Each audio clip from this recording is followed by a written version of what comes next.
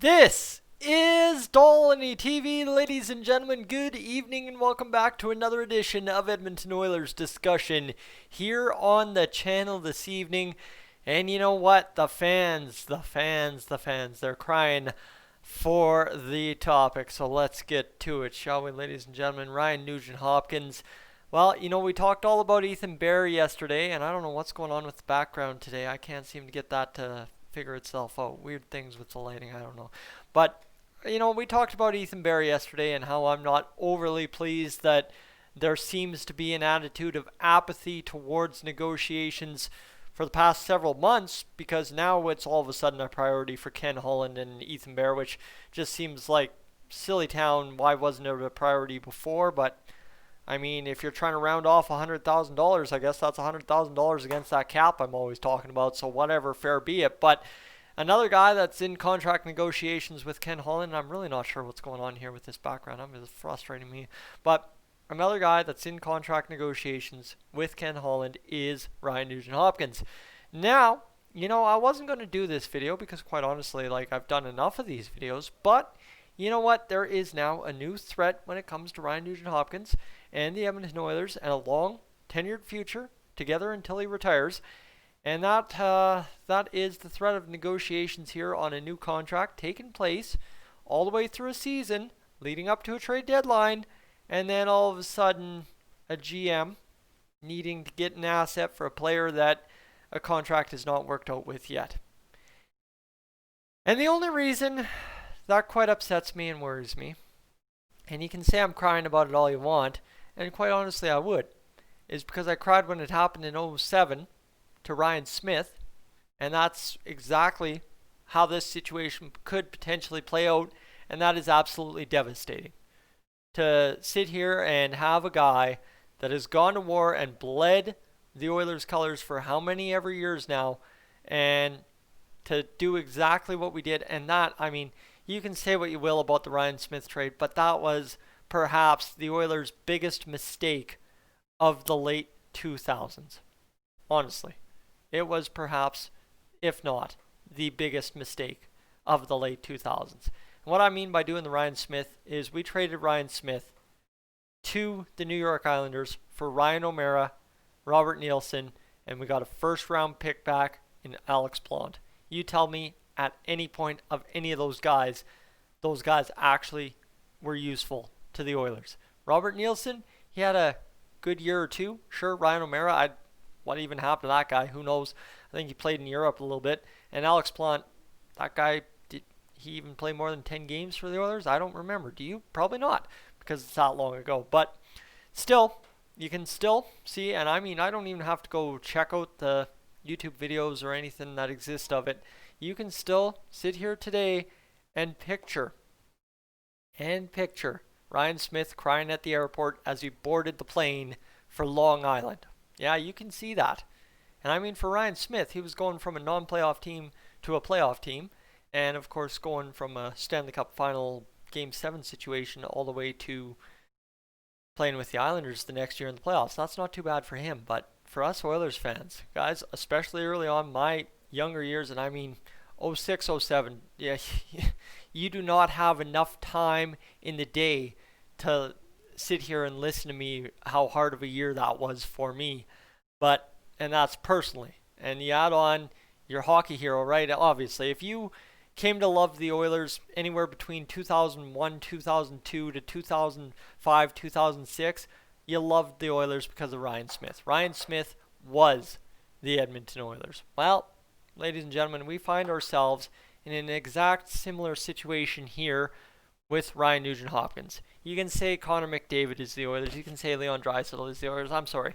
They aren't. They are superstar faces of the NHL, of German hockey. Yes, they're franchise cornerstones of the Edmonton Oilers. But you want to talk about a guy who is the end-all, be-all of what the new rendition of the Edmonton Oilers is, what this current roster is.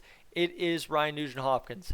You need a story that picks out how the Oilers move forward. It is Ryan Nugent-Hopkins. You suffer it out, you grind it out, you craft your game better, bit better, despite everything, day by day, season by season, and you keep going for more and hoping for better. and that's Ryan Nugent-Hopkins. He has given his heart and soul to this organization. Name a number 1 overall pick that has gone through more terrible years than Ryan Nugent-Hopkins. Taylor Hall? Maybe, sure.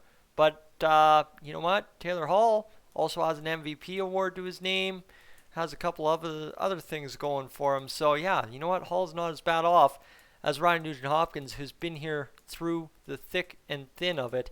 And it is tough to see the fact that, you know what, we could very easily make the same grave mistake we did with Ryan Smyth back in 2007 all over again here in 2021. And that is what's got me worried about this whole contract negotiation for Nuge. Am I actually seriously panicking in the streets that a deal's not going to happen? No. Because honestly, you know what? Nuge wants to be here as much as any other Oiler has in the past 20 years. You know what? Probably just about as much as Smyth didn't want to leave that airport back in 2007. So, you know what? That's fine. That's dandy. And you know what? He's willing to put the thing on back burner because he knows he's got a team that wants him and he wants to be here. Am I concerned? No. Nugent-Hopkins, in my mind, is still an Edmonton Oiler for life.